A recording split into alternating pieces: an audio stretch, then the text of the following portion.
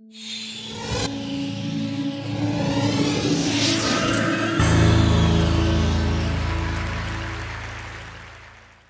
m'appelle César Arda, je suis franco-japonais. Je suis né à Bayonne, 1983. Donc je travaille à Londres, mais j'habite à New Orleans. Et donc je travaille sur la mer Noire, le Deepwater Horizon.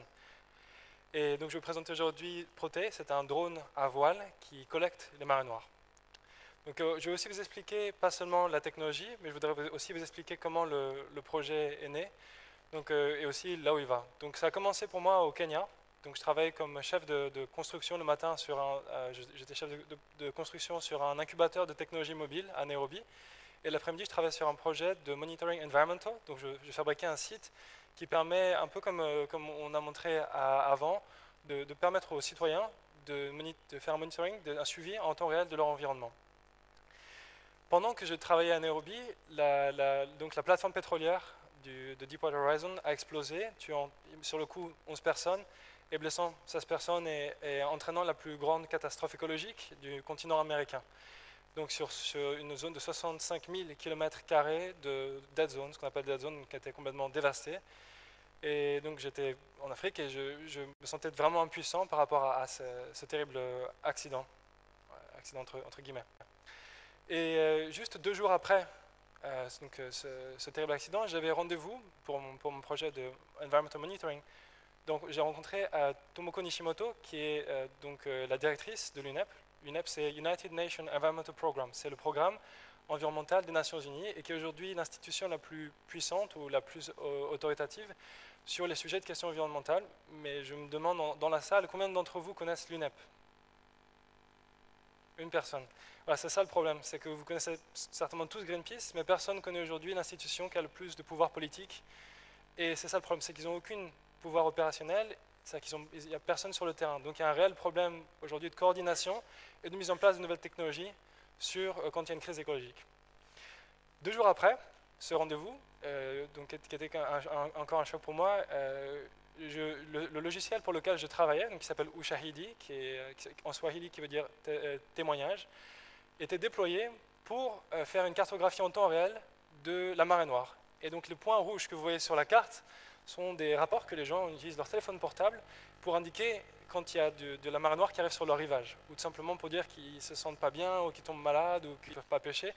Toutes sortes de rapports qui peuvent être classés quasiment en temps réel dans cette base de données et permettre aux autorités de répondre à cette crise. Alors que je travaillais donc sur ce projet à Nairobi, j'ai eu un appel du MIT et me proposait de travailler sur une technologie pour nettoyer la marée noire. Donc en fait, en l'espace d'une semaine, de sentiment d'impuissance, je suis passé à la possibilité, la chance de pouvoir travailler sur ce sujet. Et j'ai déménagé encore une fois de Nairobi à Boston, où j'ai commencé à travailler au MIT avec une équipe pour développer une technologie pour nettoyer la marée noire. Donc, pour ceux qui ont déjà vu une université de haute technologie comme le MIT, pour quelqu'un comme moi, c'est le paradis. Excusez-moi, ça passe mal. C'est comme si on mettait dans une salle de jeu géante avec des joueurs partout et plein d'autres enfants enfin, c'est un endroit où il y a toutes ces technologies qui sont à disposition. Mais le problème, c'est qu'au final, quand on est dans un environnement comme ça, on développe des technologies qui sont en général à très long terme, parce que c'est les politiques de l'université, c'est comme ça en fait que c'est les calendriers académiques, etc. En général, on développe des technologies qui sont chères parce qu'on nous donne du temps aussi. Et aussi, les technologies qu'on va développer éventuellement vont être des technologies brevetées. Donc ça veut dire que les technologies qu'on va développer, on ne va pas pouvoir vraiment laisser les gens s'en servir. On va avoir un monopole économique et technologique sur la technologie. Et donc je travaille sur des technologies de ce type, et très cher, donc développement très long terme. Et au bout d'un moment, je me suis senti, quand on commençait à remplir des feuilles de budget pour demander des budgets de plusieurs millions de dollars pour faire développer des technologies à long terme, alors qu'il y a une crise qui existait à court terme. Donc j'ai commencé à sentir que ce n'était pas forcément le plus adapté. Donc dès que j'ai eu la chance, j'ai pris un week-end, et donc j'ai pris un avion à New Orleans, j'ai loué un bateau et je suis allé voir directement sur le terrain qu'est-ce que c'est la marée noire. Quand je suis arrivé sur la marée noire, j'ai passé pas mal de coups de fil pour trouver un bateau. Et le capitaine que j'ai trouvé dans mes ordres de prix, quand je suis arrivé dans le port, il y a un monsieur qui est arrivé dans une chaise roulante, qui n'avait plus de jambes, et que j'ai dû déposer le capitaine dans le bateau. Et donc je lui demandais qu'est-ce qui s'est passé, et donc j'étais surpris. Et donc il m'expliquait qu'en 2005, il avait perdu sa première jambe à cause de Katrina, donc, dans l'ouragan. Qu'ensuite, en essayant de remonter sa flotte, il a perdu ses hommes, ses bateaux, etc. En essayant de remonter sa flotte avec un petit bateau, il avait perdu sa deuxième jambe en travaillant trop, en prenant des risques. Et que la dernière chose qui lui restait, c'était le nettoyage de marée noire. Donc quand un pêcheur et une marée noire qui arrivent, il ne reste plus qu'une chose, c'est nettoyer. En l'occurrence, si en plus il est handicapé, il n'a pas vraiment d'autres moyens de survie. Et donc, très candidement, je lui ai expliqué, voilà, j'arrive de Boston, on développe des technologies très chères, qui vont être prêtes seulement dans 5 ou 10 ans, on va prendre les budgets qu'ils ont besoin maintenant, et en plus, on va faire des technologies dont ils payent des impôts pour développer des technologies, et nous, on brevette des technologies qu'on va leur vendre. Et heureusement qu'il n'y avait pas de jambes, parce que je pense qu'il m'aurait mis un bon coup de poing dans la figure. Mais j'ai senti la rage en lui monter. Et en même temps, pour moi, c'était évident, quoi. Donc, quand on est sur le terrain, c'est qu'il faut faire quelque chose tout de suite, quoi. Donc, certains d'entre vous peut-être connaissez les statistiques. L'occupation professionnelle la plus dangereuse au monde, c'est marin-pêcheur, enfin, à ma connaissance, c'est-à-dire la plus de mortalité professionnelle. Vous pouvez rajouter là-dessus l'indice de l'espérance de vie des marins qui ont nettoyé les marées noires dans la catastrophe de Exxon Valdez en Alaska, ont une espérance de vie qui était de 20 ans inférieure à celle des autres marins. Donc, c'est-à-dire que de 71 ans, ils sont passés à 51 ans, donc un très, très haut taux de cancer et une exposition toxique qui est très importante. Malgré le déploiement de plus de 700 navires de pêche, comme ceux que vous voyez au-dessus, dans le golfe du Mexique, ils n'ont récolté que 3% de la marée noire. Donc, la solution, c'est on ne peut pas voler le travail des pêcheurs, donc il faut qu'on trouve une technologie qui va servir, que les pêcheurs peuvent mettre en place eux-mêmes et qui peuvent piloter eux-mêmes, sans exposer leur propre santé. En l'occurrence, un capitaine qui n'a plus de jambes. Donc, en l'occurrence, c'était difficile pour lui de travailler. Comment trouver quelque chose pour lui? Ensuite, au lieu de faire une technologie qu'on développe à long terme, faire une technologie qu'on développe à court terme. Au lieu de la faire chère, essayer de la faire moins chère. De toute façon, j'avais plus d'argent, vu qu'après j'ai démissionné du MIT. Donc j'ai plus d'argent, donc ça tombait bien, ça m'aidait à réfléchir. Et puis la troisième chose, il faut que ce soit open source, parce que des marées noires, il n'y en a pas seulement dans le golfe du Mexique, il y en a aussi, par exemple, dans le delta du Niger, qu'on n'entend jamais parler, qui sont parce qu'ils sont très très bien couverts par des politiques. Donc, je parlerai encore de ça après. Voilà, donc une technologie qui soit open source, qu'on puisse développer un modèle de technologie, mais qu'on puisse adapter avec des matériaux locaux, des technologies locales. Donc j'ai déménagé au golfe du Mexique, démissionné, couchsurfing, dormir sur le canapé chez des gens, continuer à faire des recherches. Et donc je ne pouvais plus payer pour les bateaux pour aller se cartographier, donc j'ai travaillé avec une association qui s'appelle the Louisiana Bucket Brigade, et donc ce qu'on fait, c'est qu'on attache une petite caméra digitale sur une bouteille de soda, on l'attache à un ballon d'hélium, on fait voler ces ballons d'hélium, on prend des milliers de photos, donc en basse altitude, donc ça c'est le genre de trajet qu'on fait, donc on fait des milliers de photos à peu près 300 mètres, pour ensuite les assembler sur ordinateur. On fait des cartographies à la demande des marées noires. On a une résolution qui est 100 fois supérieure à l'image de satellite, donc on peut même distinguer les espèces d'oiseaux, les espèces de végétaux qui sont touchés, et quantifier la marée noire. Et ça coûte moins de $200. Donc j'ai continué à étudier les déploiements du pétrole dans le golfe du Mexique. Donc c'est un événement d'origine humaine, mais la manière dont ça se déplace sont uniquement des facteurs environnementaux, comme on l'a expliqué tout à l'heure, avec les réseaux de ruissellement qui sont des dangers pour la baignade. Donc ce que vous voyez ici, ce sont les courants de surface, et là vous voyez c'est le déploiement du pétrole. Ça c'est une image satellite, donc de loin on dirait que c'est une grosse enveloppe, mais si on s'approche, on voit que en fait, le pétrole est poussé par le vent et les courants de surface et les vagues. Et tout ça, c'est des choses qu'on peut prévoir, comme une autre présentation l'a fait précédemment. Donc voilà ce qu'on fait actuellement, c'est qu'on a une marée noire qui éclate, et donc on va envoyer des bateaux et des hommes qui vont aller à vue nettoyer. Mais c'est extrêmement inefficace, et c'est dangereux pour les gens. Si on utilise la même surface d'absorbant et qu'on remonte le vent, on peut remonter donc, le courant du pétrole qui descend le vent. Et si on multiplie le dispositif, on peut encore avoir un meilleur rendement. Mais c'est très très difficile, on va utiliser beaucoup d'énergie si on veut monter un objet comme ça contre le vent. C'est quasiment impossible. Donc moi ce que je proposais, c'est le principe de base de Protéi, c'est de naviguer et de remonter au vent en faisant des virements de bord, quoi. Donc ça c'est l'idée de base qui est très simple. Donc on n'était pas sûr que ça allait marcher, et donc la première chose qu'on a fait tout simplement, c'est prendre un bateau à voile et tirer un objet long et lourd. Donc on tire cet objet, voilà. Et donc quand on commence à faire des zigzags, on perd de 1 la direction et de 2 la puissance de traction. Et il faut que j'explique un petit peu pourquoi. Donc vous avez un bateau, c'est ça, vous avez une coque. Bon, j'espère que je vais choquer personne, c'est vraiment simplifié. Donc vous déterminez le centre de gravité ou le centre de poussée de votre voile, et en dessous vous mettez votre dérive, ce qui va contrecarrer, ou c'est une autre force, quoi. La gouvernail va servir de levier sur la dérive, qui est une sorte d'axe de rotation. Quand vous mettez quelque chose de lourd derrière, quand vous attachez un chalut par exemple, ou une bouée, comme nous on fait, ça devient très lourd et très très difficile à piloter. Alors nous, ce qu'on a fait, enfin l'idée très très simple, c'est de mettre le gouvernail à l'avant. Donc ça, c'est proté numéro 1, donc c'est un petit... il y a de la musique. Et donc c'est un petit bateau qui fait 1 mètre de long, avec un gouvernail de 14 cm. On est capable de contrôler une queue, comme une traînée, quoi, de 4 mètres. Donc en fait, avec très très peu de force, on peut contrôler un grand objet et collecter potentiellement du pétrole. Donc ça, donc vous voyez qu'il est en train de naviguer. Si vous regardez bien la dérive, le gouvernail ici, il est à l'avant. Et ça, si vous voulez, ça donne comme la sensation de conduire une voiture. C'est très différent, c'est-à-dire qu'au lieu de faire comme ça et que ça tourne dans le sens inverse, c'est assez logique de naviguer ce genre de mode de direction. Et donc on s'est dit, alors, si j'ai un gouvernail à l'avant, si j'en mets un deuxième à l'arrière, je vais encore accentuer mon contrôle.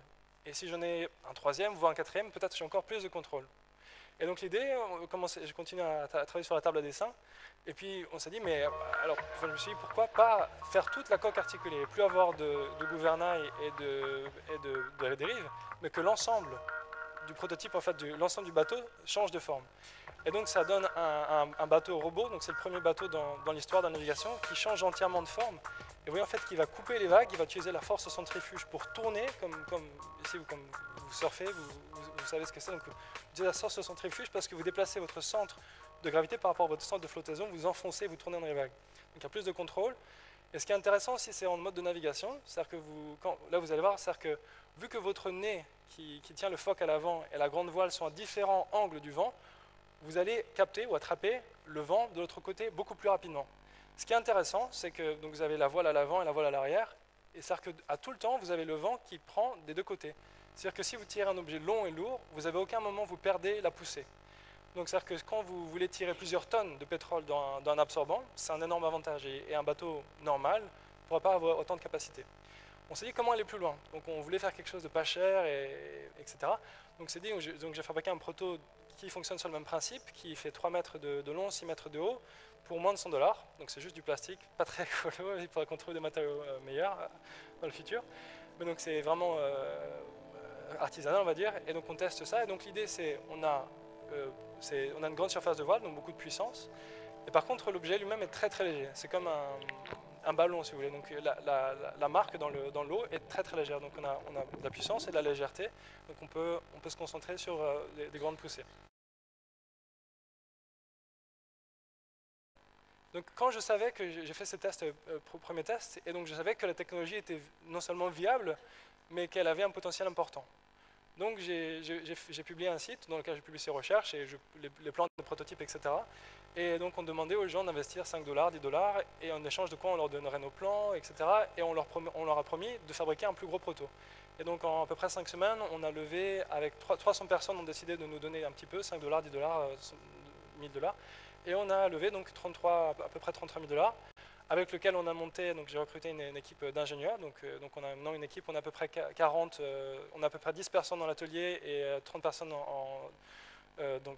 sur Internet.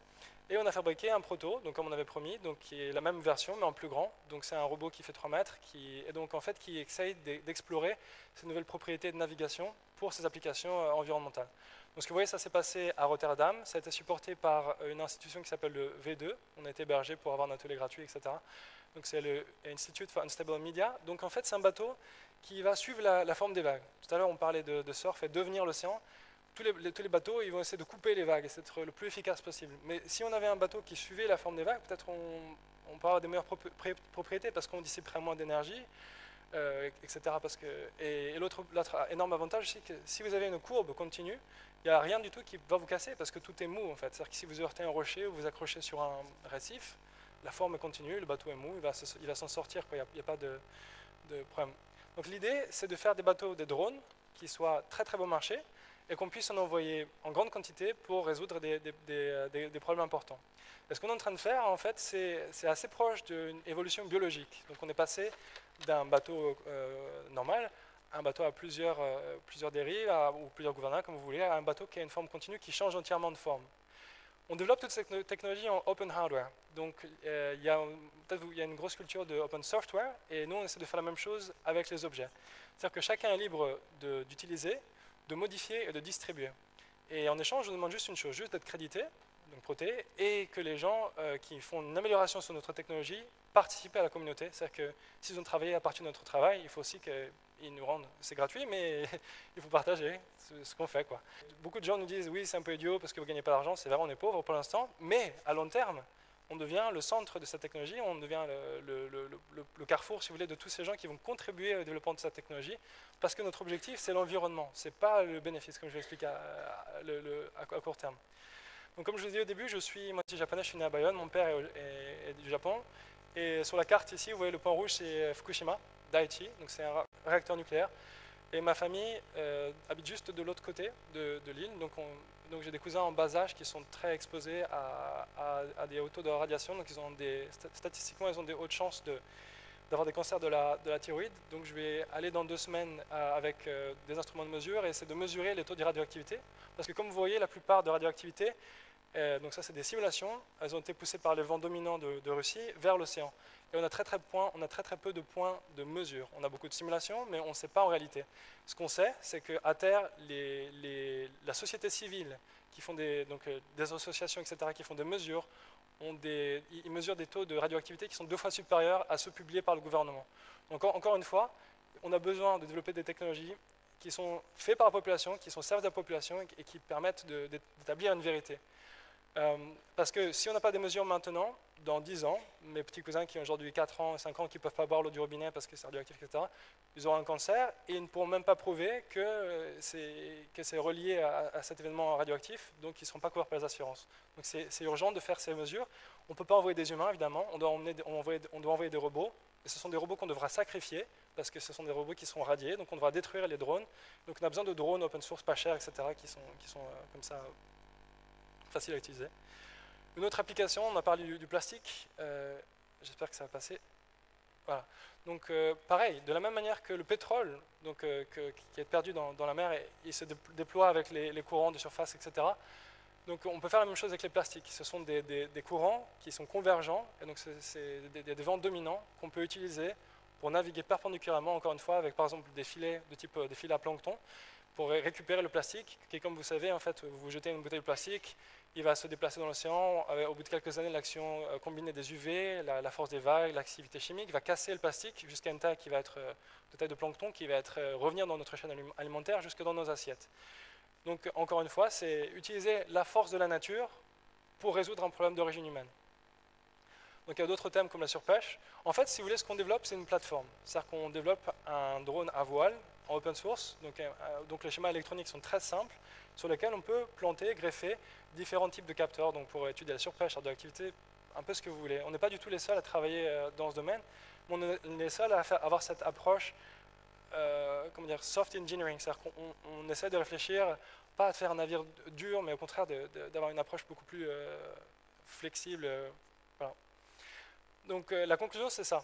C'est qu'aujourd'hui, la manière dont le monde est régi est principalement, on va dire qu'une entreprise qui se monte, on va dire que quand vous faites un business plan, le plus important, c'est d'avoir une rentabilité. Donc l'argent, c'est le principal quand même, la rentabilité, c'est une nécessité vitale à une entreprise. La technologie, c'est ce dont l'entreprise se sert pour faire ce profit, et les ressources humaines, comme son nom l'indique, c'est des ressources comme les matériaux. Et donc il n'y a pas vraiment de dimension, c'est les humains comme instrumentalisés. Et la nature, souvent, c'est qu'une valeur ajoutée, un label qui permet souvent de gonfler le prix, même de manière parfois artificielle. Ce qu'on cherche à faire, c'est complètement inverser ce principe. Beaucoup d'entreprises vont dire par exemple que c'est plus important de mettre l'être humain en haut. Mais dans notre groupe de recherche, c'est-à-dire qu'on veut mettre la nature tout en haut. Pourquoi? C'est que plusieurs siècles de pensée, de philosophie qui sont centrés sur l'humain, humaniste, qu'on dit humaniste, en fait, nous ont mené à détruire notre environnement de fait. C'est-à-dire que si on fait une philosophie qui est centrée sur notre humanité, on va détruire l'environnement nécessairement parce que c'est la priorité. Si on centre notre philosophie sur l'environnement, si on se met au service de l'environnement, en fait, toujours indirectement, on se met au service de nous-mêmes. Mais il faut que ça soit exposé de manière extrêmement claire. Donc actuellement, on cherche des partenaires pour travailler, pour développer cette nouvelle technologie qui comprennent ces valeurs-là. Parce que voilà, je pense que c'est le seul choix raisonnable qu'on peut faire sur le long terme. Merci beaucoup.